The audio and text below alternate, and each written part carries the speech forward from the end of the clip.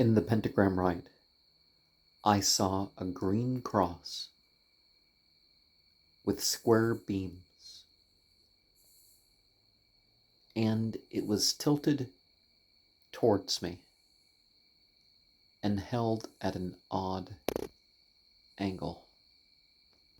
With the first set of vibrations, the darkness encroached from behind and above.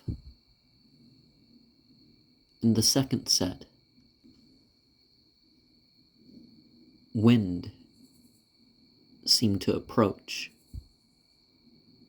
from the west, from the north, and the south at once. A presence built from beneath. A lighter green was seen very close to this light fixture, a few inches on each side, and I saw ribbons of green lace.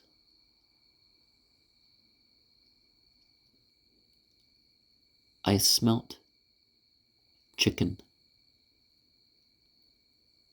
and rosemary. With the final set of reading, I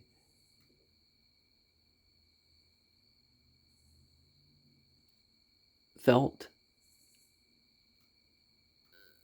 the dulling and the weightlessness.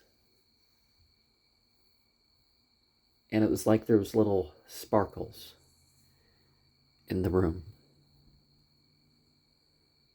Now, with the fifth set of vibrations, it was like these yellow sparkles had formed words on the floor and on the wall. But they were indistinct and of different colors during the reading. And during the final scrying, it was like a green, not totally dark, rather grassy, surrounded this and kind of trailed off into the north. And yes, trailed off through this frame that survived the hurricane.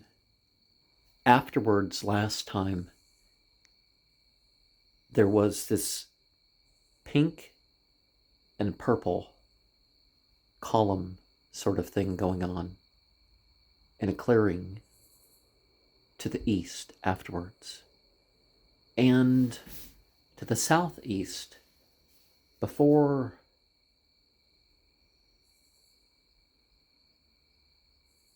a row of trees with garden and clearing on the other side, there was a light-colored cloud that wasn't the physical cloud, And it was vast, it was as big as some houses.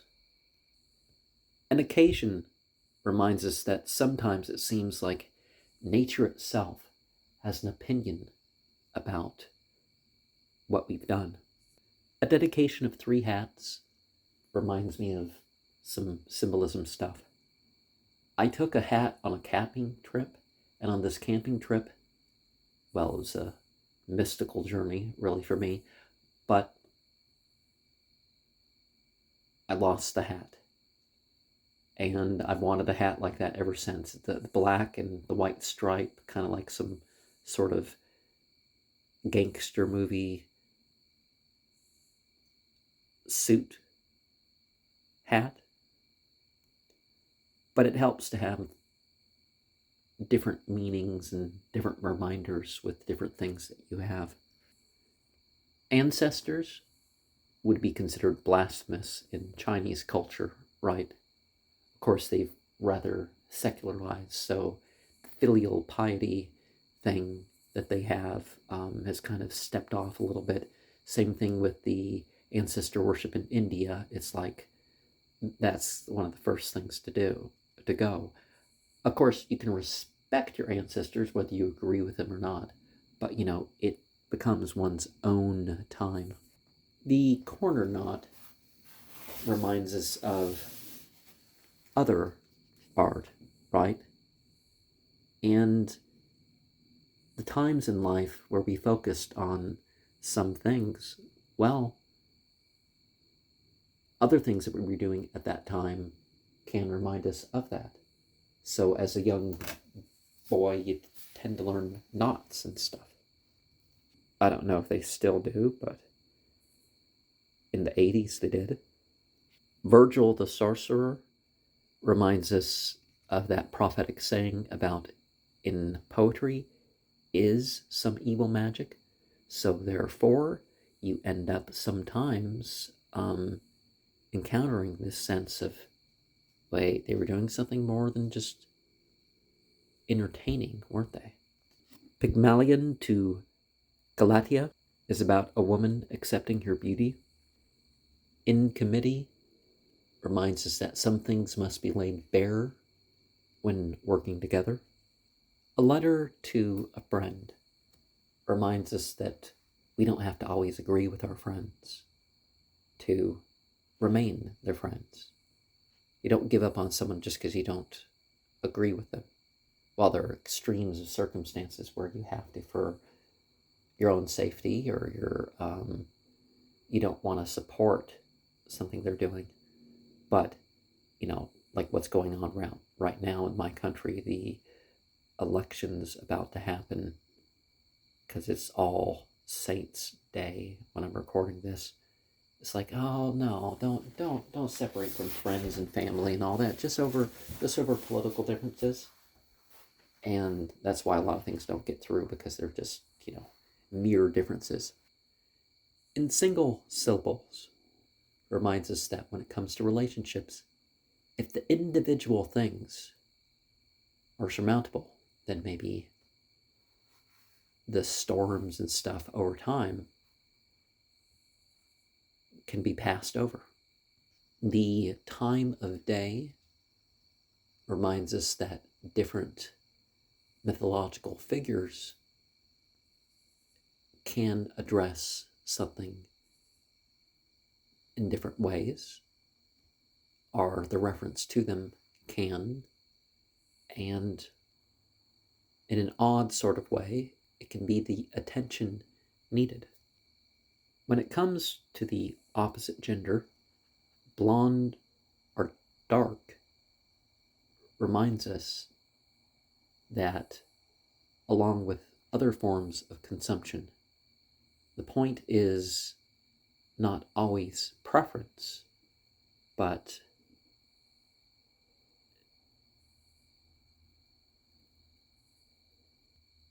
is it satisfactory?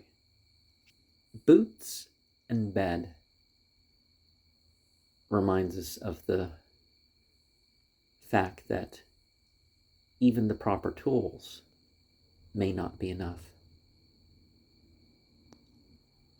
The taint is something that I would disagree with, in a sense that confession isn't always so necessary. You don't have to bring up how you've wronged in the past if it doesn't affect them, sort of hide your taint. Dumplings addressed to gourmets reminds us there's a way to eating certain things. Sorrow reminds me of a quote that was put on a fan video for Dollskin on Kazaa. And that Toadies song, you look it up still, that video has reappeared on at least one other channel on YouTube. And sometimes people are comforted by realizing that things weren't always easy for people. But just like one's sins, you don't want to tell people what trauma you went through or there's difficulty in life. You kind of tend to avoid that sort of thing. The nape of the neck obviously refers to what would be called a fetish behavior, but it goes beyond that to attitudes of the scars of life. A visit to Stratford reminds us that we need our own understanding and not just what has been handed down. Pure death reminds us that ends seem to come before their time, but then again, they don't come before their time. The cool web reminds us of what rationalizing and overanalyzing and what people call theorizing. Sometimes it's theorizing, sometimes it's not. They, what that can do to a person. The progress reminds us to deal with pride and that sort of stuff while we still can in life. Hell reminds us that hell starts here. The Furious Voyage reminds us that things aren't always totally controllable, but there can be a collected effort. O Jorox, I Have Promised, is a sense of carrying on a legacy, but doing it in your own way. Lost Acres refers to what some places do when it comes to land. They play games, and like I was at a Freemason lodge in Washington, and at this particular Freemason lodge, the person was telling the story about how the city had cut the edge off the property, per se, to use it as a road, and they never used it as a road, and they never, sold it back at that price or whatever to the lodge. To a charge of didacticism, well, this is why we're going over Robert Graves, because I don't think he's just entertainment. I think he is trying to teach something. He is trying to relate to stuff. He's trying to do what a lot of representative scripture did. It's to stylize the message to reach people in a not so literal way. The Philatelist Royal reminds us that being in one's own category can be more than being in another category. To be less philosophical. Well, maybe that's just being smooth about it, right? Sick love kind of goes against what a lot of Christians have convinced themselves, that God is love, and if there's love in your heart, all that sort of stuff. One needs a little bit more guidance for things than just, an emotion, so I just got to follow the emotion. In no direction could be seen as a warning against speculation. In broken images can remind us that we have to work with what we have. Speculation may not be best, but we have fragments of real life to go forward with. And sometimes, if you can do that without getting into speculation, well, then you may actually be further along than those who have a lot of full images. Thief reminds us that stealing isn't just taking things physically, or particularly without right. You can take things physically, like people's sleep and all that stuff. So think about what the rights of others are. Warning to children reminds kids not to be so secular, or at least not so objective, that you get into what is before you, not just do things or explore and just let that pass by. Dismissal is about being your own person, and sometimes, in one way or another, people do need to be pushed away. Guessing black or white doesn't have to be thought of in a racial way. Things aren't such because they're such. The parent is such, so you have to be such, and, that sort of thing. Or nowadays they're trying to bring back this idea of white culture and black culture, and they particularly use the latter to refer to things that, hey, people don't have to be that way just because they're black, and the other side too. People don't have to be that way just because they're white, whether things are good or bad, and of course black and white is not the symbol of good or bad like people have over-exaggerated. Hector reminds us that myth is something to make pleasing for others. Now, you can be honest, you don't have to necessarily change things, but let them see the different dimensions. Against kind is, well, how people may regard it if you don't go along. But then again, maybe it's them that's being deprived by their behavior.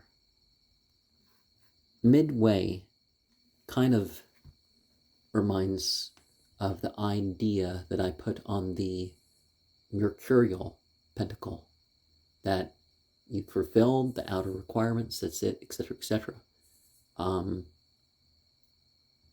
Prayer and worship and all that sort of stuff, well, that's God's way that we can take up. We can do extra from our own way, but midway is sufficient. We've succeeded when we do that in life. Cabbage Patch reminds us that the necessary things are attainable if you know how and do the work. The castle reminds us that, in a sense, we have our own kingdom in the world. And regardless of what that kingdom is in the world, there can be troubles. But the king and the queen can help each other out. Welsh incident reminds us that there's experiences, particularly when we're talking about spiritual things, that don't always fit into the categories. Front door soliloquy reminds us that different positions in life don't have to create tension because there's a higher and a lower, and certain environmental conditions may not be, in agreement. Anagrammagic points out that in some ways, and more down to earth, we can make the changes if we, gradually direct them. And of course, there's a line that's reordered in the poem. Vision in the repair shop reminds us, who have seen it perhaps, of that King of Queens episode where Doug is talking about how much he likes being a delivery driver and how it seems to be his purpose. And Deacon's like, we deliver packages in Queens, because he doesn't get it. Nature's lineaments reminds us that we can connect to the tapestry of the things and the actions around us. Seaside is that things don't just happen, but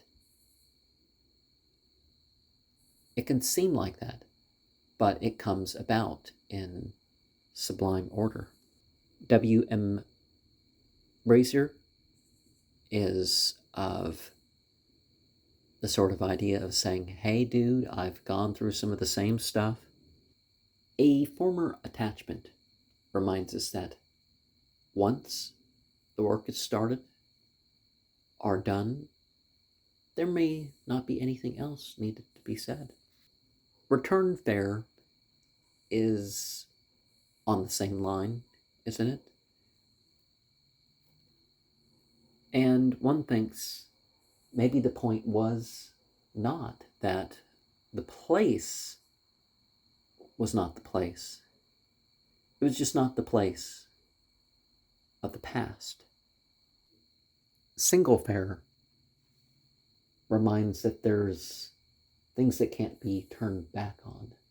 Strong emotions on either side or either pole of some range of feeling and expressing that.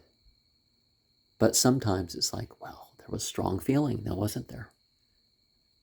There was strong thought behind it, strong emotion. It was all very tidy. Reminds us that some senses of perfection may only be remembered for their, sense of perfection, not because things were particularly enjoyable or profound or whatever. So the character is gone from it. A sheet of paper can be thought of in the same way. I mean the poem here, that this is the structure and the events that took place. So are you going to engage personally in it? The reader over my shoulder is the sort of thing that a lot of us have to deal with. It's like, let me get my work done, Or let me do this. You don't have to be there watching me. History of the world reminds me of a comic strip. It was just a one frame comic strip where it was supposed to be Greek philosophers, and they're like, let's write stuff about thinking. What about thinking about thinking, and thinking about thinking? Oh, this is brilliant. Because that's what people think about philosophy, that it's some endless chain of this on this on this on this. Interruption can be thought of in terms of appreciation. Like, nowadays, the thing is to get people outside. It used to be people trying to get their kids inside. Survival of love reminds us that there's a price that sometimes has to be paid. Now, if love is thought of in terms of a noun or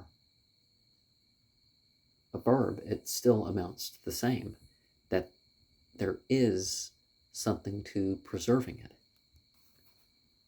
new legends can be about modernity, right? Because it doesn't have to be a fable now. You can just relate what came, and that things do have to be done anew. There can be new stories. The saint reminds us of what has to be done sometimes with altruism.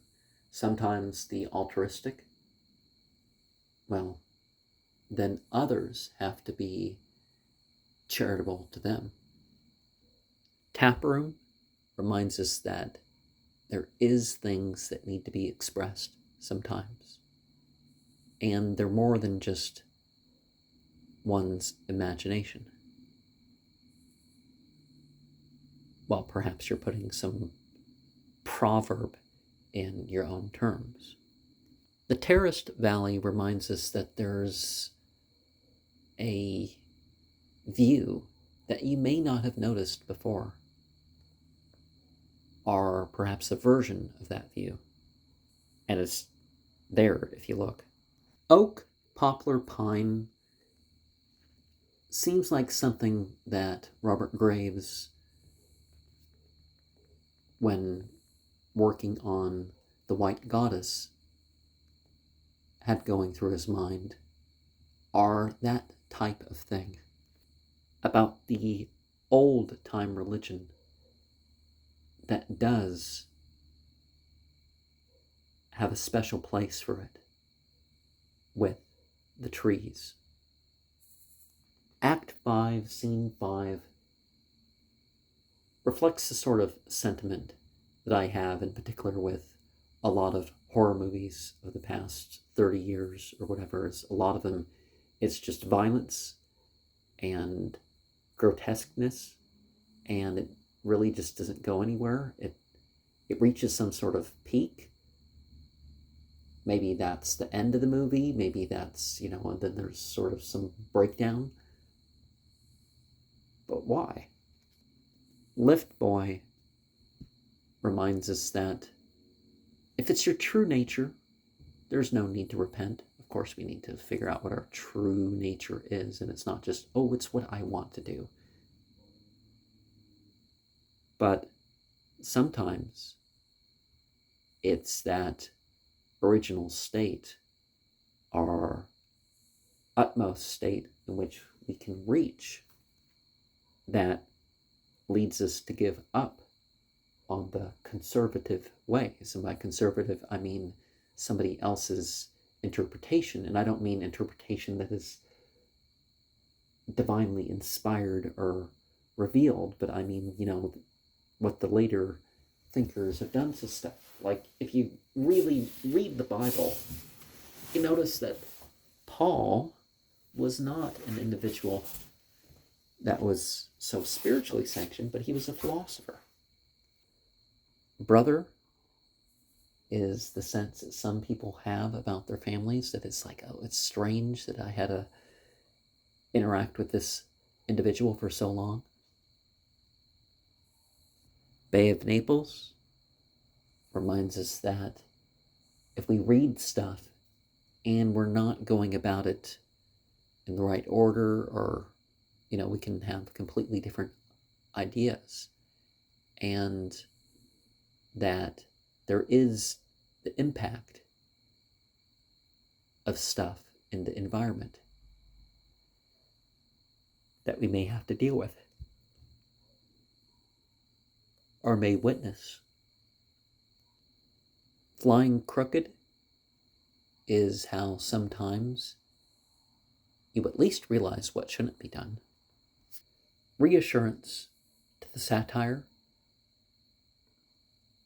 is how, well, you can imply that things aren't always blasphemy. Sometimes they are things that we, what am I thinking of? It actually completes things. Synthetic such reminds us that mythology is greater than ideology. And By that, I mean there's something more than science. And science isn't always what they tell us science is. Dragons reminds us that we do or could have inner monsters to deal with. And if we don't, it just worsens us. The next time seems to indicate about a belief in reincarnation, or perhaps just a belief that there may not be a total sameness. Kind of like the story in Sahih Bukhari about the last person to make it out of hell. You know, they make it to sort of what we would call limbo, and then they make it into the gates of the paradise of the hereafter. And then he makes it, and by he, we're not giving a gender because, you know, we might say it could be a male or a female that is last to make it out. Because there's no details to the story that make it like that. And then, you know, full on in the paradise, getting what he wants. Largesse to the poor reminds us that we should have intentions for the effectiveness of our charity, our tithing, our tax, whatever you want to call it. The fellowed year reminds us that there is cyclical events. And it's not just about what names we give the seasons. It's that there's some things we need to go through over and over and over again. Like certain chants and prayers and all sorts of stuff may never become dull if you approach it right. Time reminds us that there's things that may continue. They may be in different forms. They may not be. The on rising early reminds us that our timing can actually be beneficial in ways that we might not think. People think that sleeping in and all that is going to leave a person with more energy, but not necessarily. On dwelling, we can remember that familiarity can increase the strangeness of things. Things are turned to mere formalities. On necessity reminds us that the things that aren't liked in life may be what is best. The foolish senses reminds us that, like a yogi, we can get into this degree of self-control. The devilishly provoked, well, we can provoke ourselves. Others can provoke us. And some of this can be opened by our own sense of, well, our own lack of tact. You know, because it's better to convince than to demand. Demanding is a lot harder to pull off as well. The legs, well, things of use, including our bodies, well, they have to continually be used. Ogres and pygmies are, well, just like midgets or other dwarfs. We need not moralize or over mythologize their placement in existence. And perhaps sometimes they can go by and mentioned without us knowing that's what they were. To whom else? Reminds us that we really need to focus on doing things for ourselves and through ourselves if we're going to have any higher purpose, right? As it were, poems is perhaps the sort of thing that we should do more of. Is we think of the myths, the fables, the histories, that sort of stuff. But how does it relate to you? How can you be of that? The myths are about us, as we can say. Importance can remind us that some signs are ignored. Bards? Well, I think of Robert Graves as a bard.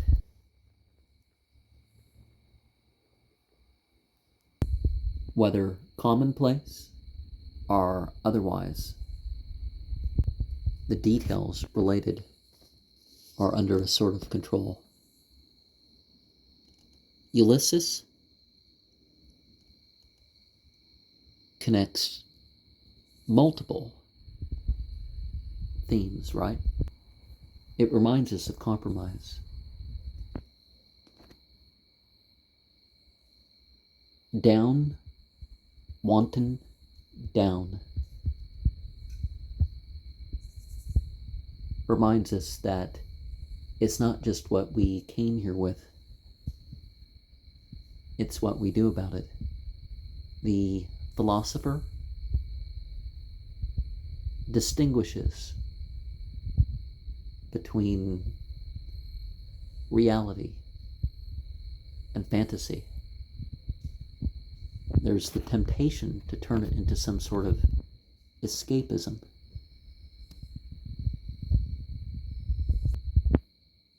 But in a way, the philosopher is the Jnana yogi,